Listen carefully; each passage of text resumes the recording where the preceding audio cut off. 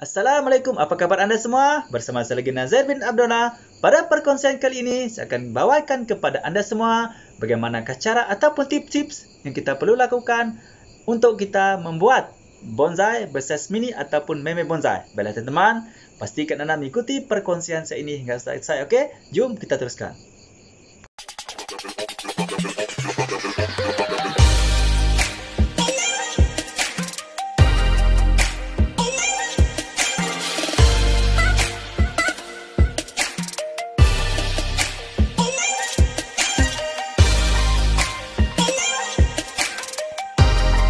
Baiklah teman-teman semua, pada perkongsian kali ini saya akan bawa Anda bagaimana cara kita membuat bonsai bersaiz mini dengan menggunakan anak pokok beringin iprik ya. Ini adalah anak pokok beringin iprik ya teman. Okey. Nanti saya akan bawa kepada Anda. Kita akan membuat salah satu jenis bonsai bersaiz kecil ataupun mini menggunakan pokok beringin iprik. Okey. Antara bahan-bahan yang kita perlukan teman-teman, kita memerlukan gunting ya. Okey, gunting yang tajam. Kita memerlukan pasu ya. Kita akan menggunakan pasu ini nanti. Okey, sebagai kita meletakkan bahan bonsai kita. Dan kita juga memerlukan media tanam ya teman. Okey, ini media tanam ya. Kita gunakan media tanam nanti. Okey, dan kita memerlukan air. Dan yang penting juga kita memerlukan dawai ya teman untuk kita membentuk gerak dasar atau asas pada batang pokok bonsai kita nanti. Okey. Baiklah teman-teman ya, pastikan Anda mengikuti perkongsian saya ini, jangan di skip tahu, nanti ada terlepas apakah langkah-langkah yang Anda perlu lakukan semasa proses membuat bonsai kecil atau bonsai bersaiz mini dengan menggunakan pokok beringin iprik ini. Okey, baiklah teman-teman, kita teruskan ke langkah yang seterusnya. Baiklah teman-teman, sekarang kita lakukan langkah yang pertama. Apa yang kita perlu lakukan untuk membuat bonsai mini ya. Okey, pertama sekali kita akan pruning semua daun daripada bahan bonsai kita ni. Okey, teman-teman, saya ingat lagi tak?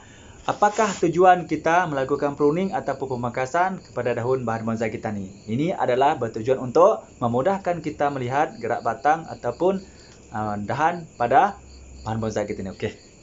Kita pruning dulu ya, teman-teman. Kita pruning semua daun ya.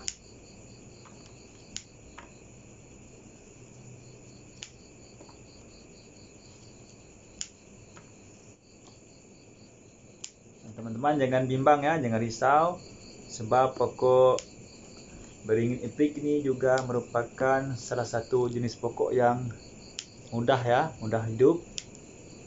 Okey, walaupun kita pruning daun habis tidak menjadi masalah ya. Okey, baiklah teman-teman, sekarang kita ke langkah yang seterusnya, iaitu kita akan melilit dawai pada batang pokok beringin iprik ya teman. Ini adalah bertujuan untuk kita membentuk gerak asas ataupun gerak dasar kepada batang pokok beringin iprik ini. Yang mana kita akan menjadikan beringin iprik ini sebagai salah satu daripada bonsai bersaiz mini, bonsai kecil ya teman. Okey. Gunakan dawai ya teman. Ingat teman, untuk dawai ya, pastikan Anda menggunakan dawai aluminium ya, dawai khas untuk kita membuat ataupun melilit bonsai ya. Jangan menggunakan dawai biasa ya, nanti berkarat. Okey. Kita ambil dawai macam ni ya.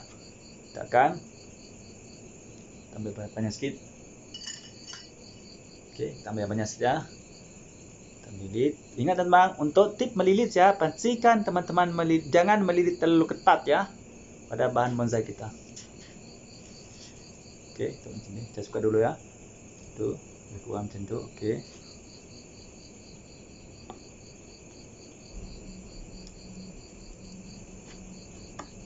Ini untuk melilit ya teman-teman, ini adalah terpulang kepada Anda ya, sama ada Anda ingin melilit mengikut arah jam ataupun berlawanan atas jam, ini adalah terpulang kepada Anda sendiri ya. Okey. Okey. Potong dulu. Tu. Okey, kita lilit ini pula. Ini kita lilit ini.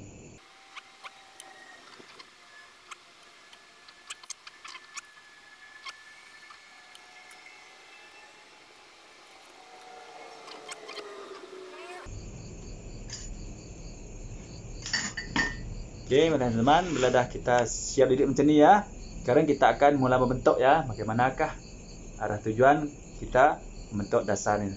Gerak dasar dulu, kita membentuk gerak asas dulu pada batang ataupun bahan bonsai kita ni. Oke. Untuk pokok beringin iprik itu teman, Anda tidak perlu takut ya, kerana pokok ini merupakan salah satu pokok yang liat ya, tidak mudah patah.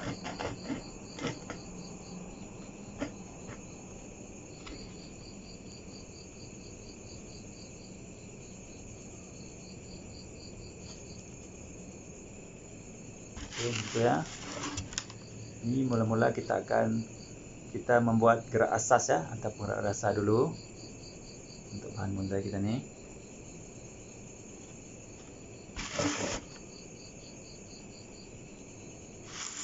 Oke. Ya, teman-teman, ini adalah gerak asas dulu ya, gerak dasar untuk bahan bonsai kita. Ini kita potong dulu ke sini, apa? Terus ke sini. Oke, macam tu. Potong ya. Oke. Di mana perancangan akan datang kita di sini adalah kanopi atas nanti ya. Dia akan membentuk macam ni nanti. Oke, macam tu ya. Pada. Oke. Macam tu.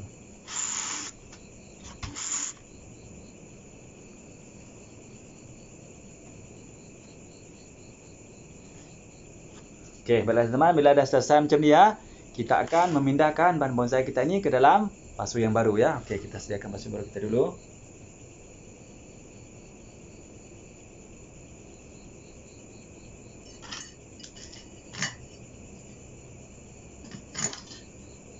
Oke, teman-teman, ini adalah pasu baru kita ya, seramik juga ya teman. Kita akan meletakkan bahan bonsai mini kita dalam pasu ini nanti. Ingat ya, pastikan kat lubang ni Anda letak penangkap nyamuk ya. Tentu. Oke, sekarang kita akan masukkan media tanam ke dalam pasu ini. Ingat ya teman-teman, pastikan Anda menggunakan media tanam yang subur ya. Bila teman-teman, kita letak separuh dulu macam tu ya. Kemudian kita siram dengan air dulu. Kita biarkan media tanam kita lembab sedikit ya, jangan terlalu basah. Oke, macam tu. Sama tak? Kita macam ni ya. Oke, biar lembab sedikit. Sekarang kita lakukan proses seterusnya, itu kita keluarkan bahan bonsai kita ni tadi ya. Kita keluarkan bahan bonsai kita ni, kita masukkan ke dalam ni. Oke. Ini gimana ya? Kita keluarkan ya. Kita buang sedikit media tanam lama ni.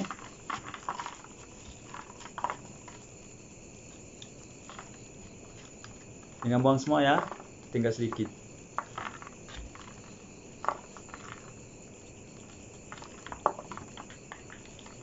Oke. Kita potong sedikit ya teman. Kita potong sedikit akar ya. Siapkan ya. Oke, terus sedikit. Oke.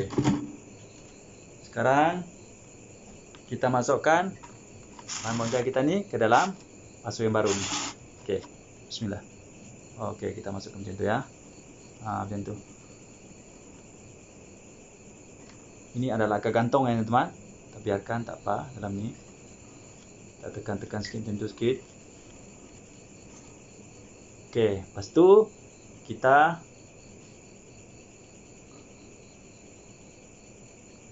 tambahkan media tanam tadi teman.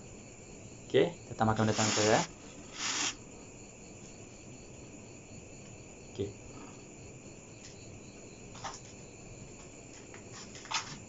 Kita tambah media tanam itu tadi.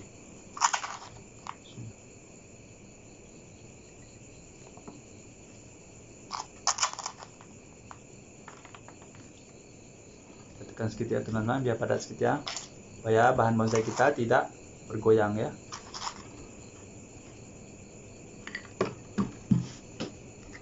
Tekan sedikit itu.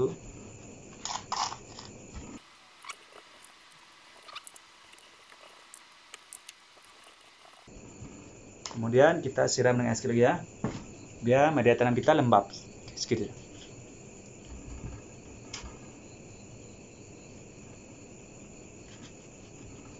pelan tentu ya. Oke, kita siram sedikit.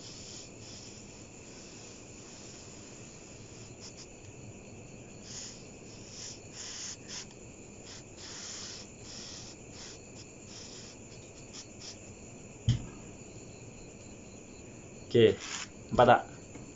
Sekarang teman-teman, bonsai size mini kita sudah pun selesai kita letakkan di dalam pasu khas ya. Nanti kita akan menunggu bagaimana hasil kesudahan daripada proses kita membuat bonsai mini ini ataupun bonsai size meme.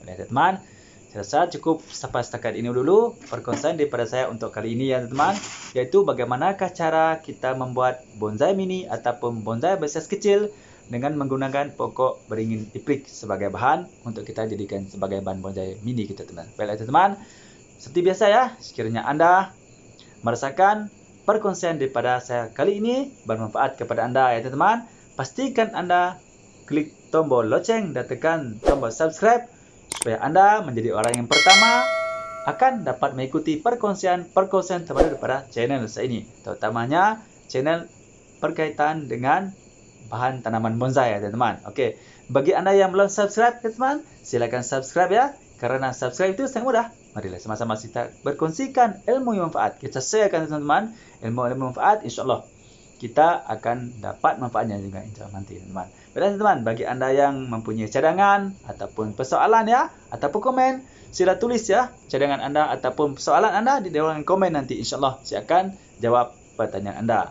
Terima kasih saya ucapkan kepada Anda kerana telah pun subscribe channel saya, dan Anda sangat membantu dan memberikan saya semangat lagi untuk saya terus berkongsi berkaitan dengan alam pembonsaian di channel saya ini. Baiklah teman-teman, seperti biasa ya, cukup sampai setakat ini dulu untuk perkongsian daripada saya kali ini. Sebelum saya mengundur diri, saya mengharap ya teman-teman, dengan sedikit perkongsian daripada saya kali ini, yaitu bagaimanakah cara kita ataupun tips yang perlu kita lakukan untuk membuat bonsai bersize mini ataupun bonsai bersize meme macam ini dengan menggunakan pokok beringin iprik sebagai bahan bonsai kita.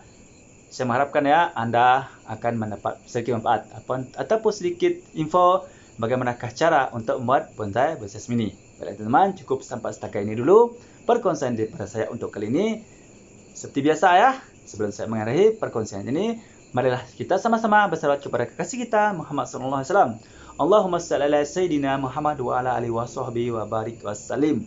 Mudah-mudahan kita mendapat manfaatnya insyaallah. Baiklah teman-teman, cukup sampai setakat ini dulu perkongsian daripada saya untuk kali ini. Baiklah teman-teman, salam satu hobi, salam bonsai, salam satu Malaysia. Bye bye.